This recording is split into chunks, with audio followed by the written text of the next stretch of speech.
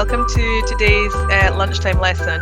As you can see from my beautiful headdress, we are talking about Valentine's Day today, and we're going to be looking at some vocabulary related to Valentine's, a lot of which are multi-word verbs. Okay, so multi-word verbs, I think I like it more than the term phrasal verbs.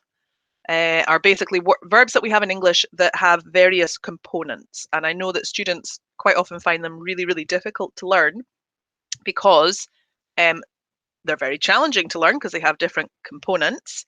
But also, very often we repeat these verbs in different contexts and they have different meanings, right? Which makes it even harder to understand them. So we did a lunchtime lesson a few weeks ago about how you can approach learning phrasal verbs. We did it at Christmas, actually.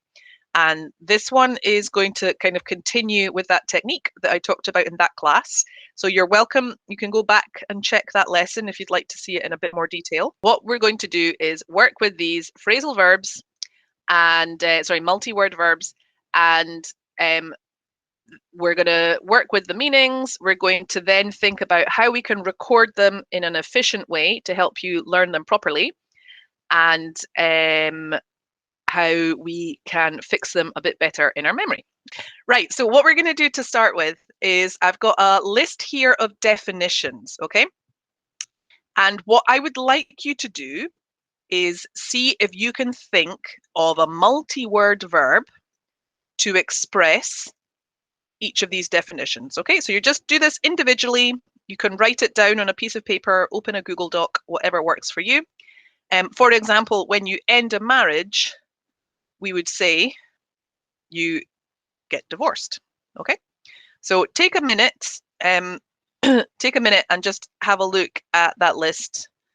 Write them down to yourself. You don't need to put it in the chat box. And test yourself and see how many you're confident with or how many you can think of.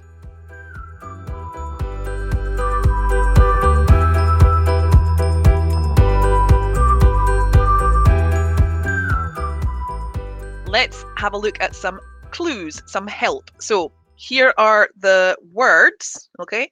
And now see if that helps you identify the definitions that you had before, okay?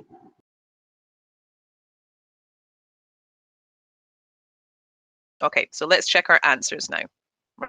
So when you end a marriage, we said that was to get divorced or to get separated. When you have a lot in common with someone and you guys have a good time, that's when you get along with someone, right? Not necessarily in a romantic way, okay? You just have you have fun together, you have a good relationship. If your feelings about a person become very strong in a good way, you fall in love. And when you are seeing someone romantically, you are going out with someone, right? We use that more for, if you think of like a teenage relationship. So you wouldn't say that if a couple have been living together, if they're adults and they've been living together for 5 years, I wouldn't say that they're going out, okay? But if it's like two 16-year-olds and they're together, I would say they're going out, or they've been going out for a year. And then when you end a relationship, guys, you break it up, okay? Which is the same as split up. If anyone's wondering what the difference is, there is no difference. Split up, break up. It's just two ways to say the same thing. Right. Then when you have an argument with somebody, you fall out. So if we have an argument and we stop speaking, then you're going to fall out with that person. Natcha, I just saw your question. We can use the word dating as well, but I would say that's more American English. I wouldn't say that a couple are dating, but I think you would certainly say that if you were in the US. So I think it's probably more British English to say go out with someone, and more American English to date someone. When you invite someone for a romantic evening, you ask someone out. Okay, so if I like you and I'm interested in you romantically, I'm going to invite you on a date, right? And I would ask you out. Right, when you make an official commitment in a church or civil ceremony, you get married, yeah? When you forgive each other after an argument, you make up. So if we have an argument Yeah, like Alberto tells me that Star Wars is stupid, and I get really angry with him, and I say, well, you're stupid, and we stop speaking to each other, we fall out. But afterwards, Alberto realizes that he was really wrong because clearly Star Wars is great. And he says, Claire, I'm really sorry I said that. And I say, that's okay, I forgive you. And we make up and we're friends again. Okay. And when you finally forget your ex, so you finish a relationship, you've had a really difficult time, it's been difficult to process all of that, but when you finally feel good about it and you can say goodbye and you're feeling great, you get over someone. Okay? So once you're over someone, you have like recovered emotionally from that relationship.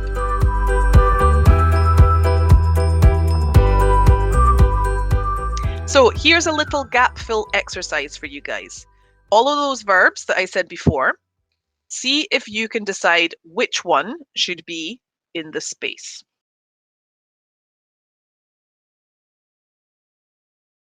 Okay, so let's check our answers.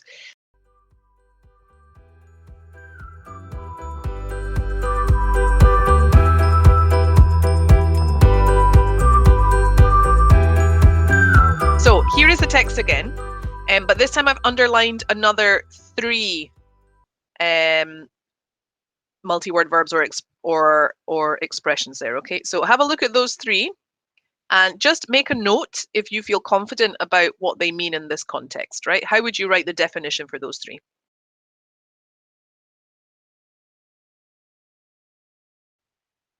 All right, so let's check those answers. So we should have move in with someone is when you go to live with someone in the same house. If you cheat on someone, you're unfaithful to them. And if you're seeing someone, that means that you're dating someone, but it's not that serious. Okay.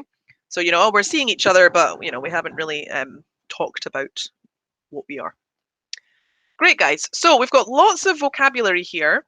And we're now going to think about what's the best way to record it so that we can learn it in a really efficient way. So if you're anyone who was with us when we talked about the phrasal verbs at Christmas time, you might remember that what I said is a great thing to do with multi-word verbs is to try and learn the opposite at the same time. Okay, not just multi-word verbs, a lot of vocabulary in general, it can be very helpful. Because it makes it easier for you to remember it, but also you've doubled your vocabulary at the same time, right? It's an efficient way to learn vocabulary. So if we think about getting married, the opposite of that, in this case, would be to get divorced, okay? Now, the opposite of a multi-word verb is not necessarily another multi-word verb, okay? So sometimes it's just a normal everyday verb. And sometimes a verb doesn't have an opposite, and that's okay as well. But I think in this situation, they should all have an opposite too, yeah? So we're going to think, in a minute, we're going to work with a partner to do this. And then in your own time, what I suggest you do is once you've got your collection of the opposites, it's a good idea and it can be helpful to translate that expression or that word for the context we are seeing it in. So all of these verbs that we're looking at today are related to relationships. Yeah.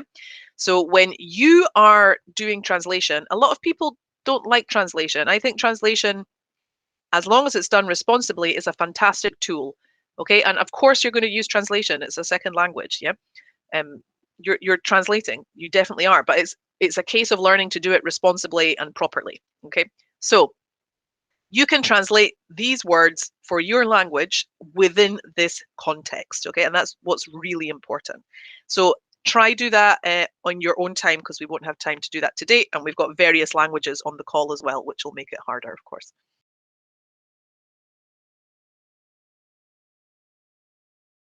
Okay, so let's check our answers, right? So we said to get married is to get divorced. Now, there's some vocabulary here, guys, that you might not know, but this is why this system is so great, because if I know what to get over someone means, that means I can completely understand that the opposite of that is to be hung up on someone. Okay? And it makes it so much easier to understand definitions if you're learning them with opposites at the same time. To ask someone out, the opposite of that is to turn someone down. So if you invite me on a date and I say, I'm not interested, I turn you down. Okay. If I get along with someone, the opposite would just be nice and easy. I don't get along with them. Yeah. Sometimes the answer is easier than you think. And just to clarify here, guys, you get divorced or you separate. Get separated, we do have that in English, but with a different meaning. So if you get separated from someone, you are together, but then something happens and you're not physically together anymore, right? If I'm talking about a relationship, I separate. I don't get separated, okay? I separate from someone. So to get divorced or to separate, the opposite would be to get married, like we had at the beginning here. To make up, the opposite is fall out, and to fall in love, the opposite, a nice opposite would be to drift apart. Okay, so like you're emotionally connected, you fall in love, but then life takes you in different directions and you drift apart. The opposite of break up is get together, and the opposite of fall out, like we saw up here, is to make up. The opposite of that would be to dump someone. So if I choose not to continue my relationship with you, I dump you. Okay. If I move in with you, the opposite is I move out. And if I cheat on someone, I'm faithful, would be the opposite. Okay. And the last one here, guys, if I'm seeing someone, I don't see them, right? That would be our opposite there. We just make that, we just negate it. So like I say, there's not always a total opposite verb that you're going to necessarily use. But if you're working with these verbs and the opposites at the same time, it's going to be so much easier for you to learn the definitions and what they mean, and find it easier to remember when you want to recall that vocabulary. Anyone who's studying with us, guys, you'll find the PDF of this as well as a Quizlet card set in the skills classrooms this afternoon. Okay. And anyone who's not studying with us, you can watch this, of course, again on YouTube. But I would like to wish everybody a happy Valentine's Day, wherever you are. It's a great year to celebrate it because there's nothing else to do.